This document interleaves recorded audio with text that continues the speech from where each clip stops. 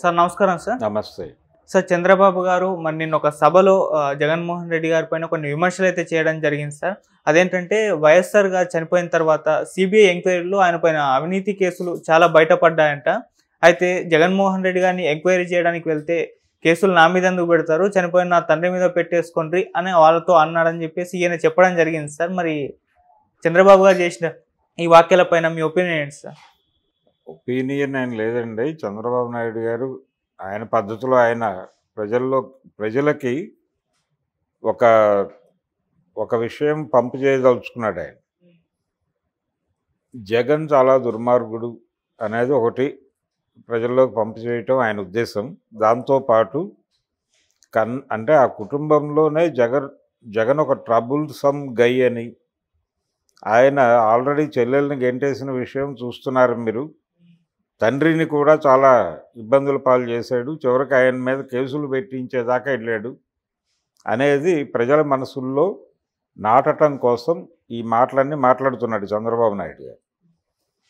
ఇది ఒక రకంగా తర్కశాస్త్రంలో వక్రీకరించు ఓడించు అని ఒక పద్ధతి ఉంటుంది, దాన్ని అనుసరిస్తున్నాడు ఈయన. అంటే జరిగిన సంఘటన వాస్తవమే. జగన్ని ఎందుకు టార్గెట్ చేశారు, ఎవరు టార్గెట్ చేశారు? కాంగ్రెస్ పార్టీ టార్గెట్ చేసింది ఆ రోజున.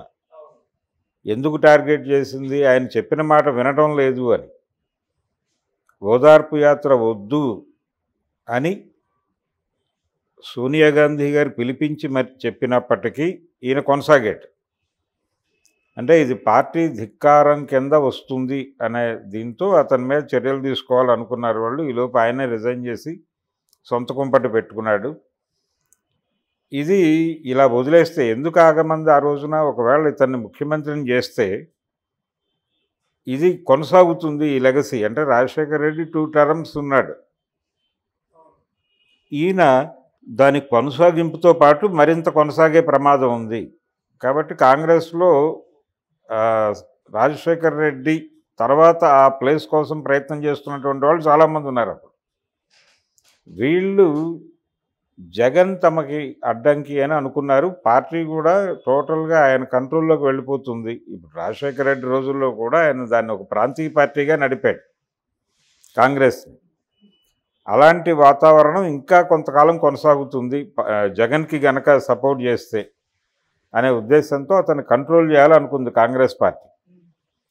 ఈయన నేను మీ కంట్రోల్లో ఉండను అని చెప్పి బయటకు వచ్చేసి తనదైన పద్ధతిలో నేను ప్రామిస్ చేశాను అక్కడ జనాలకి, ఆ ప్రామిస్ నిలబెట్టుకోవాలి అనే ఉద్దేశంతో అది బయటకు చెప్పి ఆయన యుద్ధానికి దిగిపోయాడు. అంటే పార్టీతో యుద్ధం చేశాడు, అధికారం కోసం యుద్ధం చేశాడు.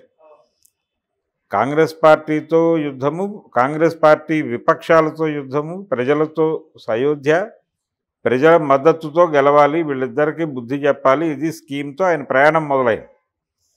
ఈ క్రమంలో సిబిఐ వాళ్ళతో అంటే సెక్రటేరియట్లో జరిగినటువంటి కొన్ని క్రైమ్స్, ఫైనాన్షియల్ క్రైమ్స్, పర్టికులర్గా ఈ మీకిది మాకది అనే పద్ధతిలో ఇచ్చిపుచ్చుకునే ధోరణిలో కొన్ని డీల్స్ సెట్ అయినాయని, అట్లా జగన్మోహన్ రెడ్డి పెట్టినటువంటి ఫ్యాక్టరీల్లో పెట్టుబడులను ఇలా సమీకరించారు అంటే గవర్నమెంట్ ఇమేజ్ వాడి ఈ పెట్టుబడుల సమీకరణ జరిగింది అనేటువంటిది ఒక అభిప్రాయం.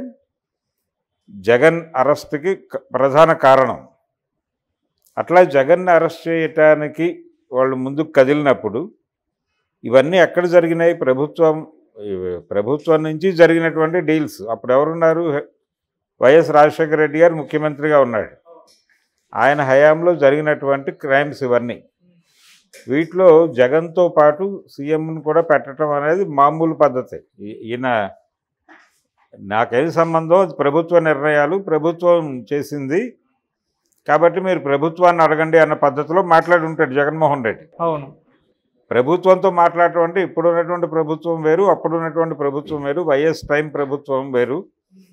కాబట్టి ఇతను తన తండ్రిని ఇందులోకి లాగే ప్రయత్నం చేస్తున్నాడు, మొత్తం తన మీద చేసుకోకుండా అన్న టోన్లో ఒక సెంటిమెంట్ రైజ్ చేసి ప్రచారం చేయాలని ట్రై చేస్తున్నారు తెలుగుదేశం వాళ్ళు.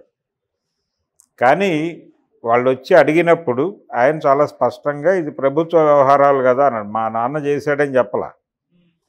వైఎస్ రాజశేఖర రెడ్డి గారు చేశాడు ఈ క్రైమ్లన్నీ అని చెప్పలేదు. ఆ టైంలో ప్రభుత్వంతో మేము మా సంస్థ నుంచి ఒక కలిసి ప్రయాణం జరిగింది. ఆయన సీఎంగా ఉన్నాడు కాబట్టి మీరు ప్రభుత్వాన్ని అడగండి.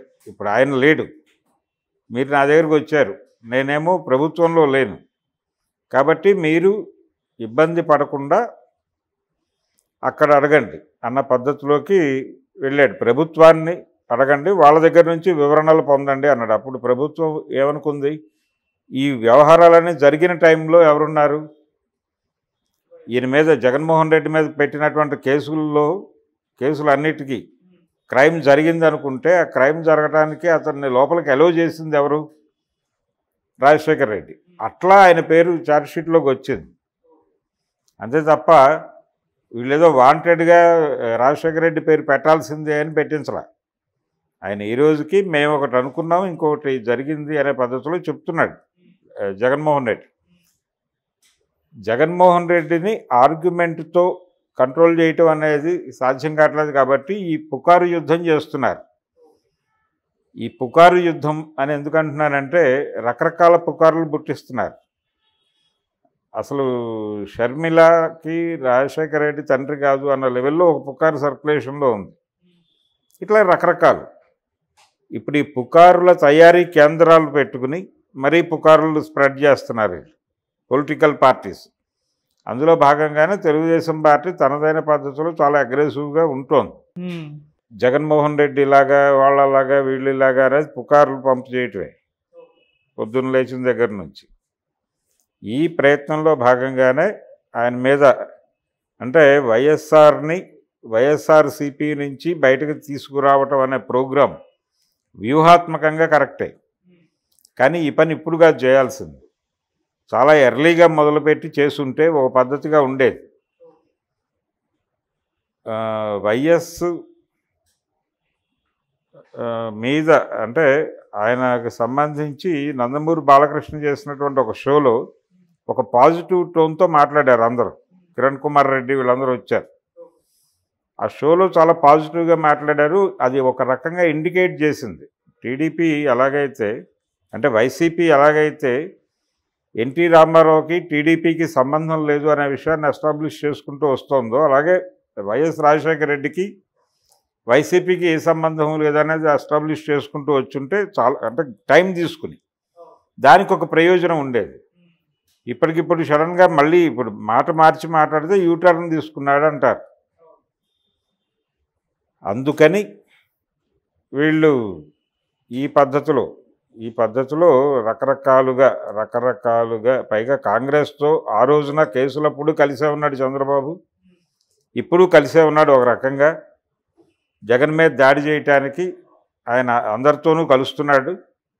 అందులో భాగంగానే ఇప్పుడు ఈ ఆరోపణలు ఇవన్నీ చేస్తున్నాడు. ఇది కేవలం పొలిటికల్ గెయిన్ కోసం చేస్తున్న కార్యక్రమమే.